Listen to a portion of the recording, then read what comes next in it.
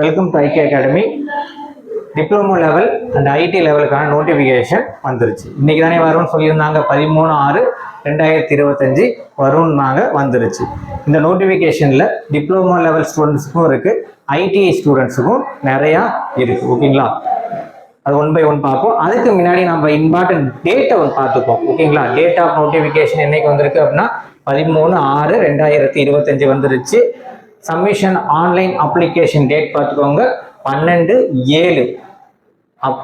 இங்கே 13/6/12/7. ஓகேங்களா, அப்புறம் நம்ம கரெக்ஷன் பண்ணுவோம். அதுக்கான டேட்டு இங்கே மென்ஷன் பண்ணிட்டாங்க. 16 18 7வது மாதம். ஓகேங்களா, இது நல்லா பார்த்துக்கணும்.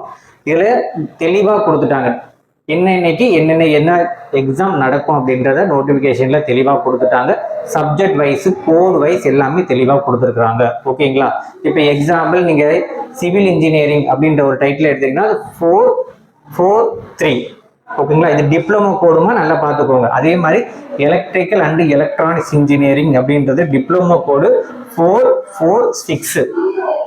அதுக்கான எக்ஸாம் என்னைக்கு நடக்கும் அப்படின்னா இந்த 7/9 அப்புறம் என்னது 11, அதுக்கப்புறம் 15, இந்த கேப் ஃபுல்லாக நடக்கும். நல்லா ஞாபகம் வச்சுக்கோங்க. இந்த கோடை பார்த்துக்கோங்க.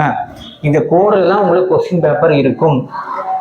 ஓகேங்களா, ஏன்னா சில இது ஐடி ஸ்டூடெண்ட்ஸ் மட்டும் எழுதுற மாதிரி வரும். அதுக்கு அந்த ஐடியோட கரெக்டான சப்ஜெக்ட் கூட பார்த்துக்கணும். நாம் எக்ஸாம்பிள் இப்போ நான் எலக்ட்ரானிக்ஸ் கம்யூனிகேஷன் இன்ஜினியரிங் படிச்சிருக்கேன் அப்படின்னா இங்கே உங்களோட அந்த சப் டைட்டில் சொல்லுவாங்களா, அதில் எலக்ட்ரானிக் கம்யூனிகேஷன் படிச்சிருக்கலாம், எலக்ட்ரிக்கல் படிச்சிருக்கலாம், கம்ப்யூட்டர் சயின்ஸ் படிச்சிருக்கலாம் போட்டிருப்பாங்க. ஆனால் நீங்கள் எழுத போகிறது ஐடிஐ ஸ்டாண்டர்டாக இருக்கும். அப்புறம் ஐடிஐக்கு கோடு கொடுத்துருப்பாங்க. அந்த கோடுக்குரிய எக்ஸாம் தான் எழுதணும். நல்லா ஞாபகம் வச்சுக்கோங்க.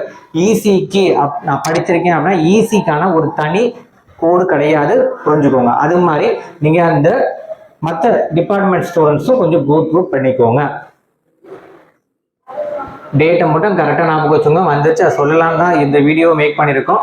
இதில் யார் யாருக்கு அதிகமாக வந்திருக்கு அப்படின்னா எலக்ட்ரிக்கல் அண்ட் எலக்ட்ரானிக்ஸ் டிப்ளமோ படித்தவங்களுக்கு அதிகமான வேகன்சி வந்திருக்கு. 659 வேகன்சி வந்திருக்கு. ஓகேங்களா, அதனையும் நான் ஷோ பண்ணி காமிக்கிறேன். இதுலேயே வரும். இங்கே பாருங்கள், இதெல்லாம் ஐடிஐ ஸ்டாண்டர்டுக்குரியது. அவங்களே மென்ஷன் பண்ணியிருப்பாங்க. இது ஃபுல்லாகவே ஐடிஐ ஸ்டாண்டர்ட். உங்களுக்கு இப்போ ஐடிஐ இப்போ டெக்னீஷியன் மெடிக்கல் எலக்ட்ரானிக்ஸ் அப்படின்றது நீங்கள் ஐடிஐயில் ஒரு ஸ்டாண்டர்டாக எடுத்து படிச்சிருக்கணும். அந்த ட்ரேடில் என்ன கோடு கொடுத்துருக்காங்க 549 அப்படின்ற கொஸ்டின் பேப்பர் கோடு தான் நீங்கள் எழுதுவீங்க. புரியுதுங்களா? இதுக்குள்ள ஈசி படித்தவங்களும் வருவாங்க. அதே மாதிரி அது எலக்ட்ரானிக்ஸ் படித்தவங்களும் வருவாங்க. ஆனால் அது நான் சொல்கிறது எல்லாமே டிப்ளமோ படிச்சிருக்கீங்க. ஆனால் நீங்கள் என்ன எழுதுவீங்க, பேசிக்காக ஐடி 549 அப்படின்ற கோடு எடுத்து தான் எக்ஸாம் எழுத முடியும். ஓகேங்களா, இது தெளிவாகவே இந்த நோட்டிஃபிகேஷனில் கொடுத்துருக்காங்க. ஓகேங்களா, ஃபுல்லாக அதை கோ த்ரூ பண்ணுங்க. நாங்களும் அந்த இதோட லிங்க்கை கொடுக்குறோம். ஓகேங்களா, இப்போ வேகன்சி எல்லாம் கொடுத்துருக்காங்க. எங்கெங்கே என்னென்ன வேகன்சி அப்படின்ற மாதிரி எல்லாம் கொடுத்துருக்காங்க, தெரியுதுங்களா? இதோடது இப்போ நான் எலக்ட்ரிக்கல் காமிக்கிறப்பாங்களா, இதெல்லாம் 60 80 இது மாதிரி எல்லாம் வந்திருக்கும். ஜேடிஓ, இதுக்குள்ள ஜேடிஓ இருக்கு, டாக்குமெண்ட் இருக்கு. ஓகேங்களா, தெரியுதுங்களா? டாக்குமெண்ட் சிவில் வந்திருக்கு. அதே மாதிரி சர்வேயர் வந்துருச்சு. அதுக்கப்புறமேட்டு டெக்னீஷியன் அசிஸ்டன்ட் வந்துருச்சு, டெக்னிக்கல் அசிஸ்டண்ட்டும் வந்துருச்சு. ஸோ எல்லா ட்ரேடுக்குமே இங்கே கொடுத்துருக்குறாங்க. இப்போ எக்ஸாம்பிள் இப்போ இந்த எலக்ட்ரிக்கலை காமிக்கிறப்பறேன், டெக்னிக்கல் அசிஸ்டன்ட் எலக்ட்ரிக்கல் சப்ஜெக்ட் என்னது கோர் போஸ்ட் கோடு. இது சப்ஜெக்ட் கோடு கிடையாது, இது போஸ்ட் கோடு. ஸோ இந்த போஸ்ட்டுக்கு யார் கொடுக்குறாங்க, தமிழ்நாடு பவர் டிஸ்ட்ரிபியூஷன் கார்பரேஷன்லேருந்து கொடுத்துருக்காங்க. வேகன்சி பாருங்க 656. ஓகேங்களா, அவங்களோட பே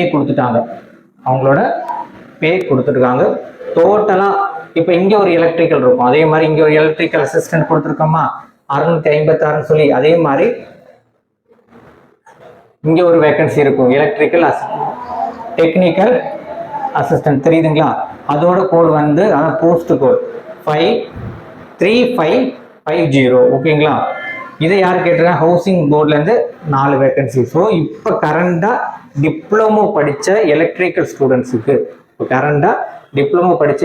ஸ்டூடெண்ட்ஸுக்கு 556 + 4 அப்படின்னா 660 வேகன்சி வந்திருக்கு. 660 வேகன்சி டோட்டலாக வந்திருக்கு டிப்ளமோ ஸ்டூடெண்ட்ஸ்க்கு. நோட் பண்ணி வச்சுக்கோங்க. ஓகேங்களா?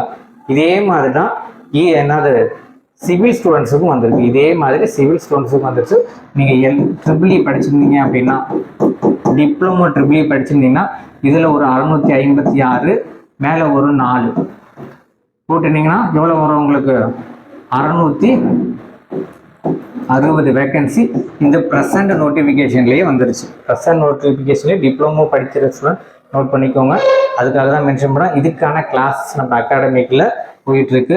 போத் ஆன்லைன் ஆஃப்லைன், அதே மாதிரி மெட்டீரியலு, டெஸ்ட் பேஜ், எம்சிக்யூ எல்லாமே அவைலபிளாக இருக்குது.